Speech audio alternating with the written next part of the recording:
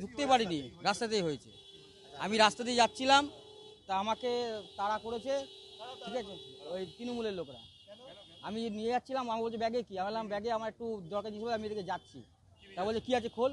তা আমি দেখে ছুটে পালিয়ে আসছি, দেখছি আমাকে তো তারপরে আমি নন্দননগর ঝিলের সামনে আমি যেই এসেছি ওখানে ধরেছে, আমাকে ধরে আমাকে মানে আমি এজেন্ট, আমি ভারতীয় জনতা পার্টি। এখন আমি তো বুথে বসবো, বসতে চাই। বাধা দিয়েছে মানে আমাকে মেরেছে, ধরে ফেলে নিয়ে মেরে মারধরটা করলে আমি বসতে চাচ্ছি এজেন্ট হিসেবে। তাই জন্য আমাদের উত্তর দমদম বিধানসভা 131 নম্বর বুথ। আর ওই সকালবেলা ভোট কেন্দ্রে যেতেছিলাম, আমাকে কিছু লোকজন বাইক টাইক নিয়ে আমাকে ধাওয়া করে। আমি তখন বাইক নিয়ে দৌড়ে পালিয়ে যাই।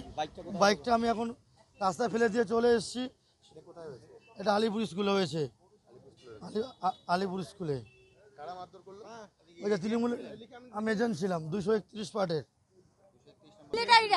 না, মিলিটারি লোকরা, ক্যাম্পের লোকরা বলছে যে আপনারা চলে যান, এখানে থাকবেন না কেউ, এসব বলেছে আমাদের।